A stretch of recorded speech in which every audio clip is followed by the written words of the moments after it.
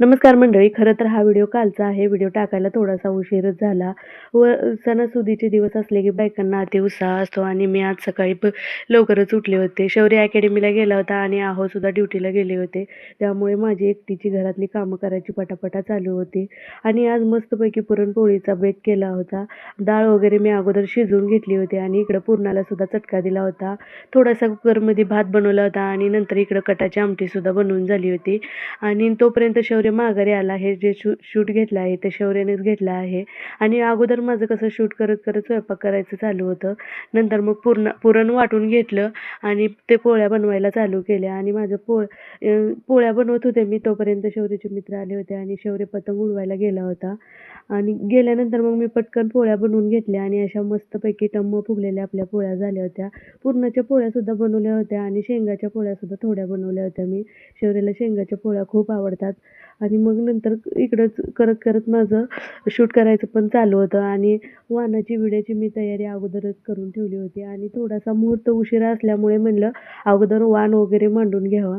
मग नंतर स्वयंपाक वगैरे मी आटपून घेतला आणि किचनची क्लिनिंग वगैरे करून घेतली आणि आज वसल्याशिवाय जेवायचं नसतं, त्यामुळं जेवणाचं तर काही नव्हतं, फक्त शौर्याने जेवून घेतला आणि नंतर मग अशा टम्म फुगलेल्या आपल्या पोळ्या झाल्या होत्या. मग माझा स्वयंपाक वगैरे आटपून घेतला आणि नंतर मग वाण विडे मांडण्याची तयारी करून घेतली. मस्तपैकी अगोदर खण धुवून घेतला स्वच्छ आणि एका ताटामध्ये फुलं टाकून सगळा खण वगैरे ठेवून घेतला आणि अशी मी वाणाची तयारी केली होती. सगळं एक 25-25 घ्यावं लागतं आणि याची 5 विड्याची पानं ठेवायची आणि प्रत्येक पानावरती सुपाऱ्या 5, हळकुंड 5, खोबरे 5, वेलदोडे 5 सगळं 5-5 ठेवून घ्यायचं समोर त्याच्या आणि नंतर हळदी कुंकू वगैरे लावून घेतलं मी आणि मला चुडे घालता येत नसल्यामुळे चुडे जरा घालायचे मागच राहिले होते. नंतर मग माझ्या मैत्रिणी येणार होत्या.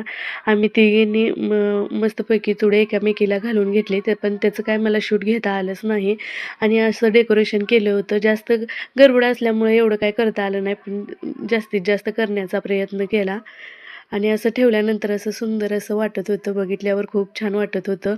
नंतर विडे मांडून झालं का माझं आवरून घेतलं आणि आम्ही आता मंदिरात वसण्यासाठी जाणार होतो.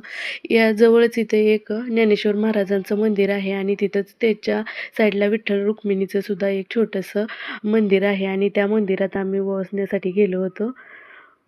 अगोदर मग मंदिरात ओसून घेतलं आणि जो खण ठेवला होता त्या खणाला सुद्धा ओसून घेतलं आणि नंतर मग साडी वगैरे नवीन घातली आणि आम्ही नंतर सगळ्या मैत्रिणी मिळून आम्ही मंदिरात ओसण्यासाठी गेलो होतो. आणि तिथं हे ज्ञानेश्वर महाराजांचं मंदिर, तसं इथं जास्त कोण संक्रांत करत नाहीत. मंदिरात गेलो तर फक्त आम्हीच होतो 5 जणी आणि जास्त कोण इथं संक्रांत साजरी करत नाहीत. बायकांना विचारलं तर त्या म्हणाल्या आम्ही खण आणून फक्त घरी पूजा करतो, असलं ओसायचं वगैरे आमच्या इकडं काय नसतं, असं त्या म्हणाल्या. आणि नंतर मग आपली परंपरा तर आपल्याला जपायलाच पाहिजे. मग आम्ही मैत्रिणी सगळ्यांनी मिळून एकामेकीला ओवासलं, मंदिरात सुद्धा हे केलं आणि मस्तपैकी भांगामध्ये गुलाल वगैरे घातला आणि व्यवसायाचा कार्यक्रम आमचा मस्तपैकी झाला आणि नंतर मग आम्ही घरी आलो आणि नंतर थोडेसे फोटोसुद्धा आम्ही काढले. तुम्हाला हा व्हिडिओ कसा वाटला ते मला नक्की सांगा. व्हिडिओ आवडला तर लाईक करा, सबस्क्राईब करा. भेटू पुढच्या व्हिडिओमध्ये.